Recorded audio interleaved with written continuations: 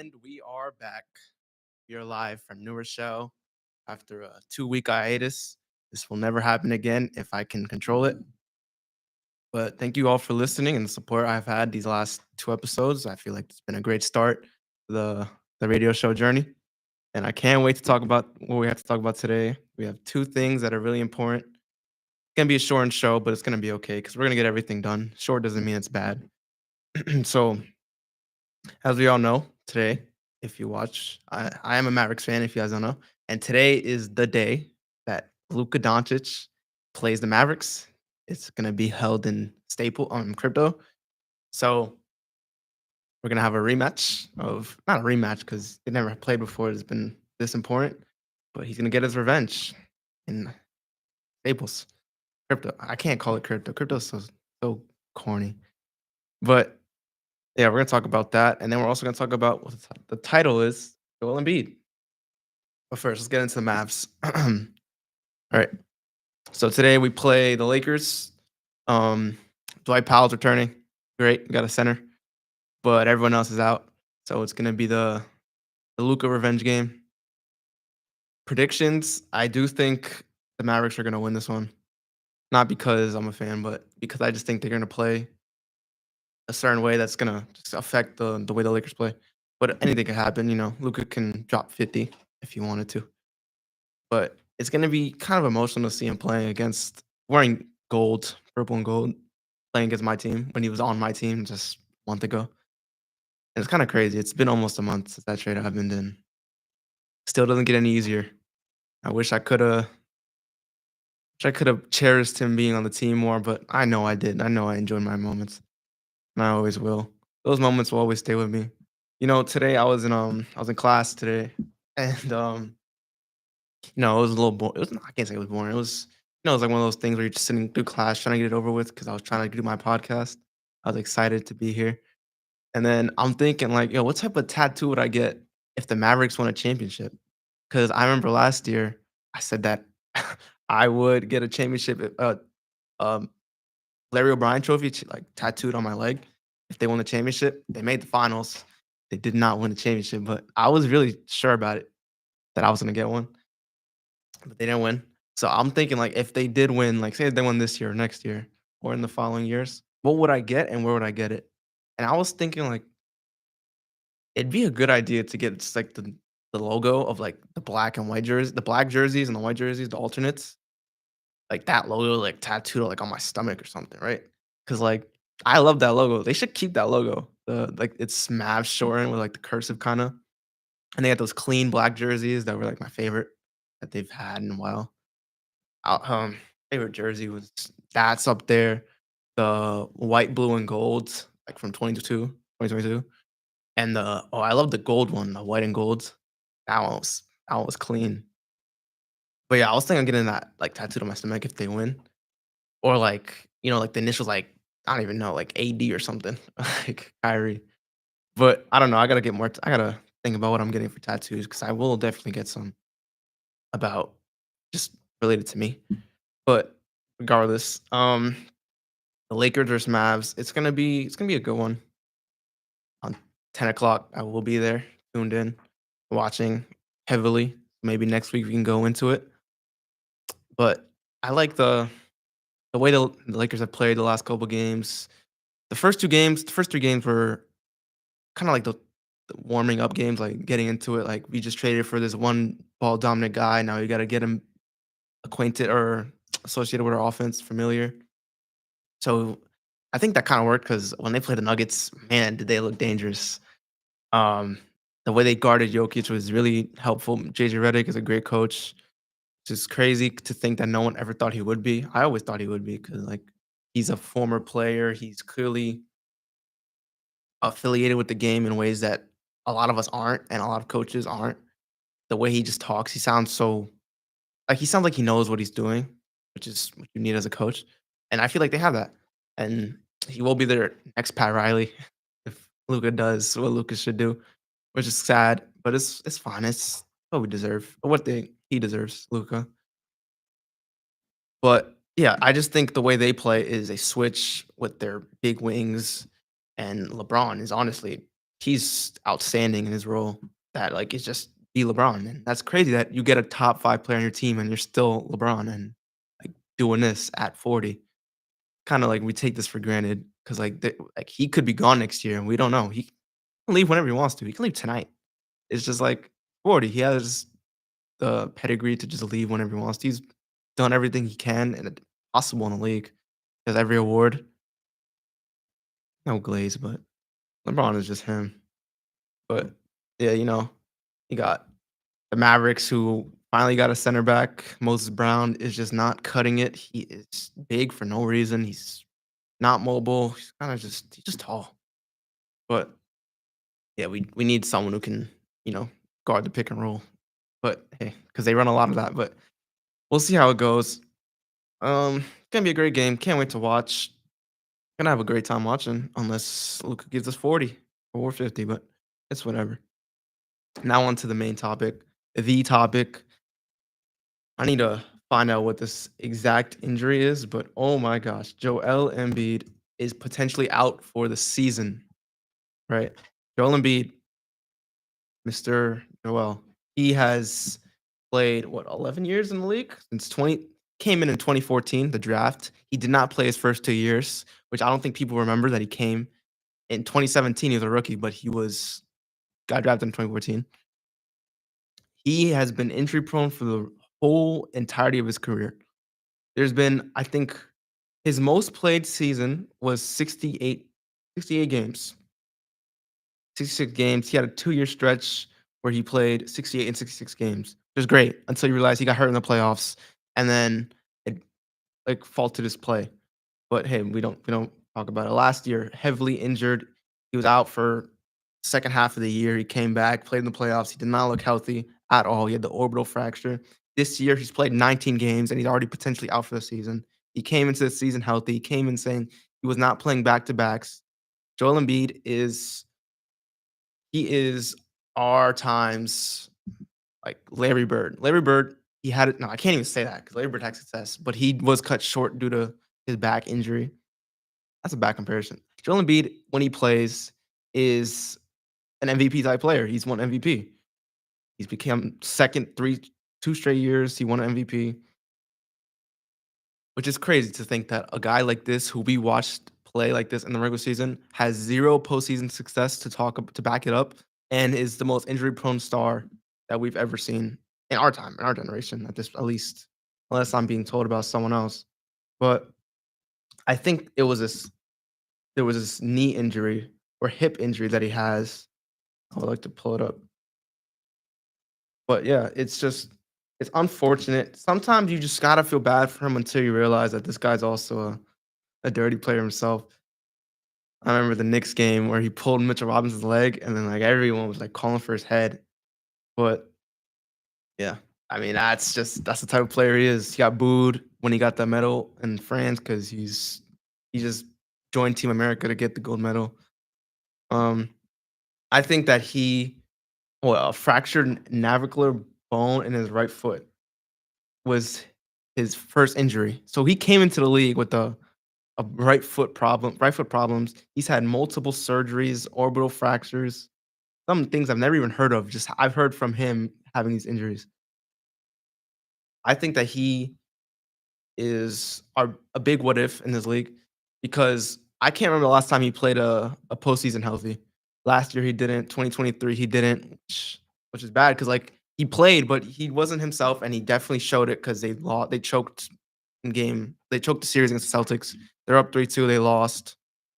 Joel Embiid played terrible in that game 7 after winning MVP.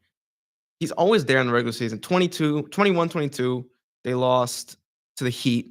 He did not play well. He was also hurt that postseason. 21 against the Hawks. He did not play well. He was also hurt that postseason. 2019, I can't recall if he was hurt, but I know he did not play that well. His season in general was also not that great. Like in general, like he shot 2019 as a big man shot 47%. Shot what he totals? My bad. But yeah, I remember he had like 23 points a game as Joel Embiid. 2018, uh, 2018, he was That was the year no, that was the year they lost to Kawhi. 2019, 2020 was the year they lost in the bubble with Ben Simmons getting injured, and him in the playoffs, he didn't he performed alright for a guy who was by himself, but still. 2018, they lost to Celtics 5 games, didn't make it out the second round. His rookie year, they didn't even make the playoffs. He played 31 games. I think he has just nagging injuries that he can't control, but I also think he also doesn't do the best job of taking care of his body because there is no way you take your recent injury reportedly should have just been a easy recovery from it's like rest and recovery. But apparently now it's become what it is and where he has to potentially get his bone broken in his hip to make himself leveled or something. Whatever the report was, I think that is insane that a guy like to his caliber can just be hurt this much throughout his entire career. Like honestly, if he retired this year, I wouldn't question it because he is too prone to injury to be play this many games and go long into the season, like into April and May, which you would have to win a championship. We could potentially see the last of MVP Joel Embiid, but I'm not counting it out because these players recover from a lot of bad things. I'm not saying his career is over. I'm saying that he needs to really, and he's 32. He needs to really like just reevaluate his. He's not 32. He's 30. He needs to reevaluate his way of play because him being this big with this weak knees and like playing the way you do, the type of way you do, it's obviously very dominant as we've seen. He's dropped 70 points before. He's won MVP. He's done had these crazy level of games. But it's crazy how these just don't ever equate to postseason success. His best year was taking the Raptors to 7, which was at this point 6 years ago. Yeah, 6 years ago was the last time you really felt like they had a chance of winning when it came to the playoffs. Maybe 22, they had a 22, 23. They had a chance. But I also think like these moments are so the window is so small for this team, especially with the way they're playing now. Paul George is not what they paid Paul George to be. Their bench depth is actually atrocious. They've suffered the worst injuries possible to the key players. I think it's just time to punt on the season. Just let it sit everyone. I think you just try to get a better draft pick. At this point, you're going nowhere. Your team doesn't even believe you guys are going anywhere. Paul George said himself that this is no playoff contending team, like locker room. This is none of that. Nick Nurse is getting fired. As much as he was a great coach in Toronto, that has not translated. Even last year, he was a good coach until Joel Embiid got hurt, but that has not translated to this year. I don't know if you give him another year. You paid Paul George all this money. You definitely have to, but you have the key pieces in Maxey and Jared McCain. I think you just build around them. But I also think you can't get nothing for these players that you paid so much money for, which is why I think you should trade Joel Embiid, and it's depending on what you get for it. So we're gonna talk about who would trade for Joel Embiid and what would they give up. So my personal opinion, I think one team that would for sure trade for Joel Embiid or should trade for Joel Embiid in terms of like they need to win now and they just take the gamble on the injuries and all of that. It's got to be the Miami Heat. Miami Heat. They have Bam. They have their future, but they have nothing. Their future is not what we think it should be. They have Tyler Hero, Khalil Ware, Bam. They have these guys, right? But like, what is that leading you to? They haven't like Tyler Hero has developed, but it has not led to developed success. This Jimmy Butler era is over. They need to move on. Either they punt on trying to win and go young, because like the Heat will never be. They're not gonna punt because the Heat will never be bad because they have this coach who's Eric Spoelstra, who's elite and can scheme up anything he needs to get them to wins. But it will not lead to any sort of contending competitive success. They will be perennial playoff teams unless they make a big splash, which I think is trading for Joel Embiid. What they would have to give up, they would definitely have to give up some young pieces. Maybe they have to give up Khalil Ware. maybe like some Duncan Robinson. He's not young, he's 30, but you give up some of these guys, Highsmith, like Jovic maybe. But I think they have like a minuscule window to even just make the playoffs. They're in the play-in, right? They're like 29 and 30 from last I checked or something. But whatever they are, they need to adjust to what or like not adjust because they're never gonna not be like a decent team, but they're not going anywhere. And I think we all know this, even without Jimmy Butler. The only reason they ever went somewhere with Jimmy Butler was because he was there. And when he played in the playoffs, he just played at a different level that no one expected him to. You guys don't have that anymore. Even when you did make the playoffs, you had no chance of winning the finals because you just played superior teams. You're not a superior team. You don't have the superior guy. When you played LeBron in the finals, you were never going to beat the Lakers and the AD and LeBron with the elite defense and the way that they were playing. You weren't beating the Nuggets. You guys had nothing to stop Jokic. It was nothing that was ever gonna stop that.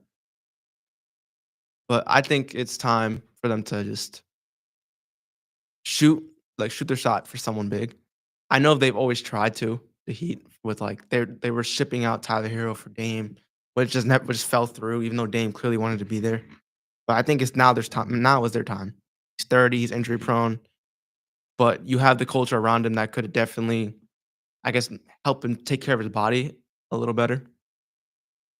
But besides that, I think that he should trade. And whatever they give up for it will be fine because they need to just I think they need to just blow this up. Blow this test up. But back to the Sixers. Besides trading Joel Embiid and Paul George, I have no idea what you trade for Paul George. He's making way too much money. He's playing this not the way he should be. You clearly can't trade him. You'd either have to can't say you cut him because he's too good to be cut.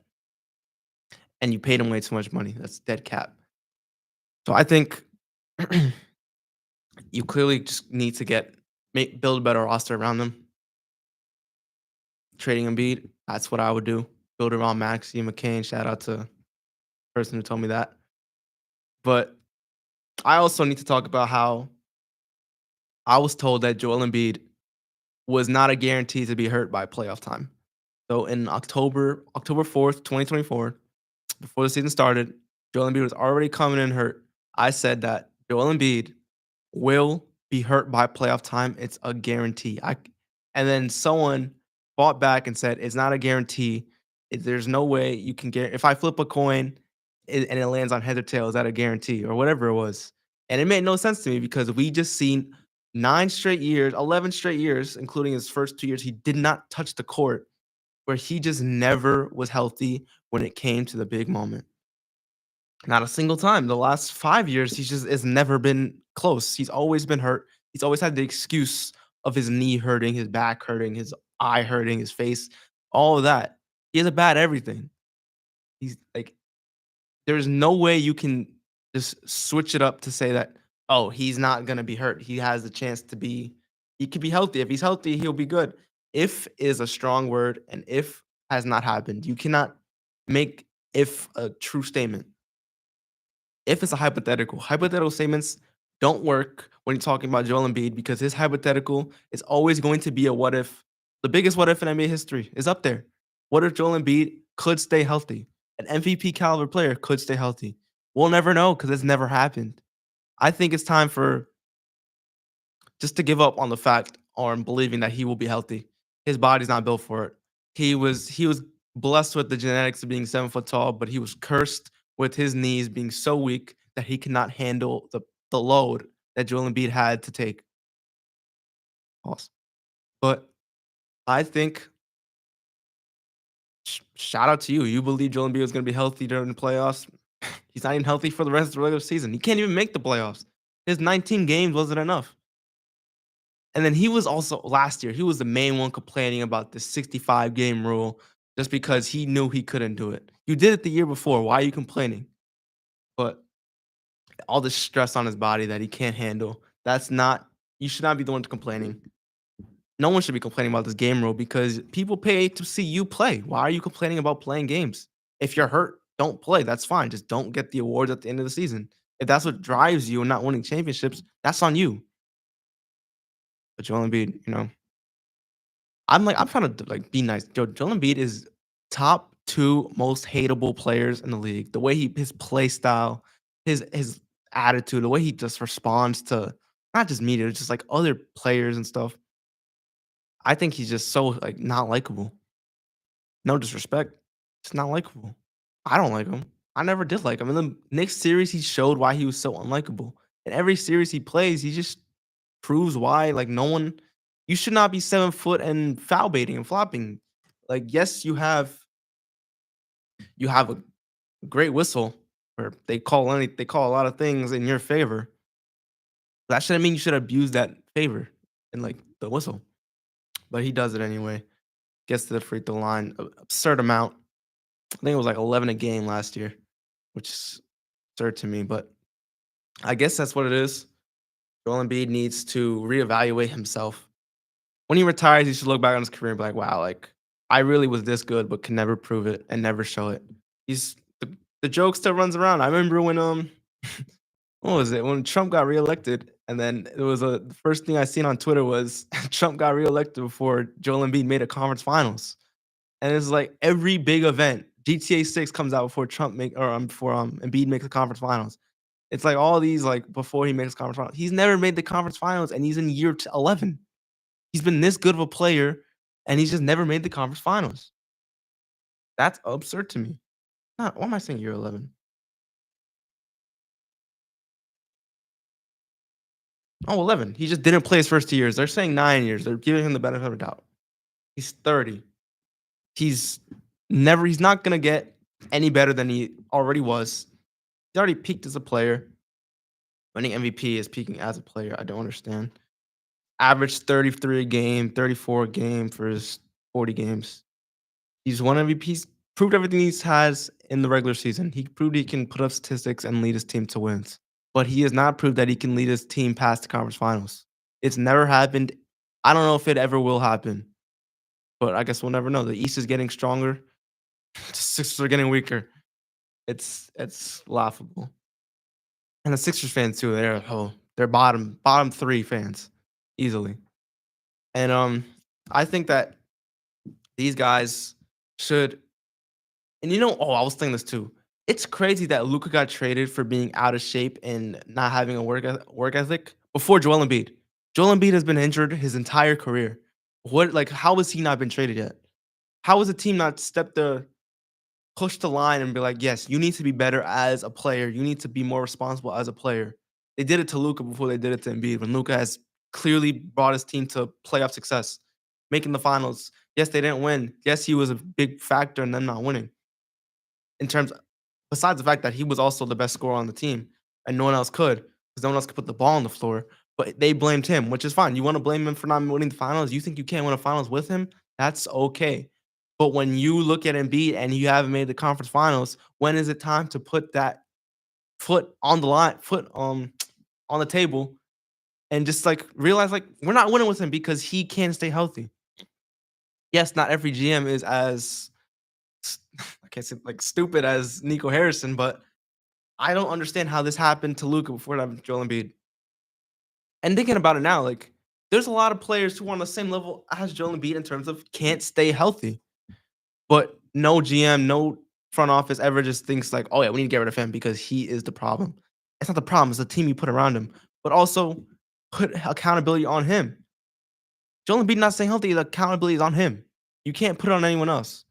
Him not playing well in the playoffs is on him. Him having his 150-point game against the Knicks, and then all the other games he plays not the best. The reason you guys lose some games, Tyrese Maxey being the best player on the court most of the time for the Sixers, that's on him. You can't blame anyone else but him. Sometimes these front offices need to take account or grow a pair, to like put some pressure on your front or your what's it called, your star. I think it's time for Joel Embiid to get traded.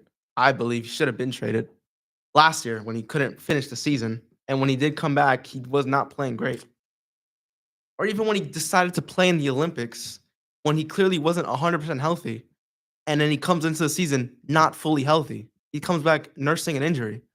and comes back and he's in and out of games. He's played 19 games this entire year. It's bizarre to me.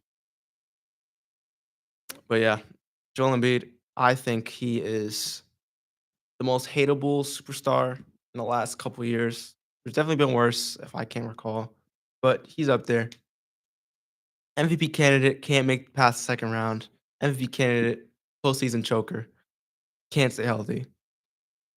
There should be some sympathy, but I have none. It's on me. In my opinion, it's his fault. But yeah, shout out him.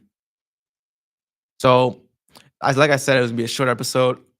Just a Joel Embiid talk. I had to get that off my chest because I just seen too many reports, and the report of him potentially missing the season. He is on my fantasy team. I drafted him because I had no other option, honestly. Because when you're the sixth pick and he falls to you, like you can't pass up because the year before he did average 42 points and was like up there with Jokic in terms of fantasy production. So you can't pass on that.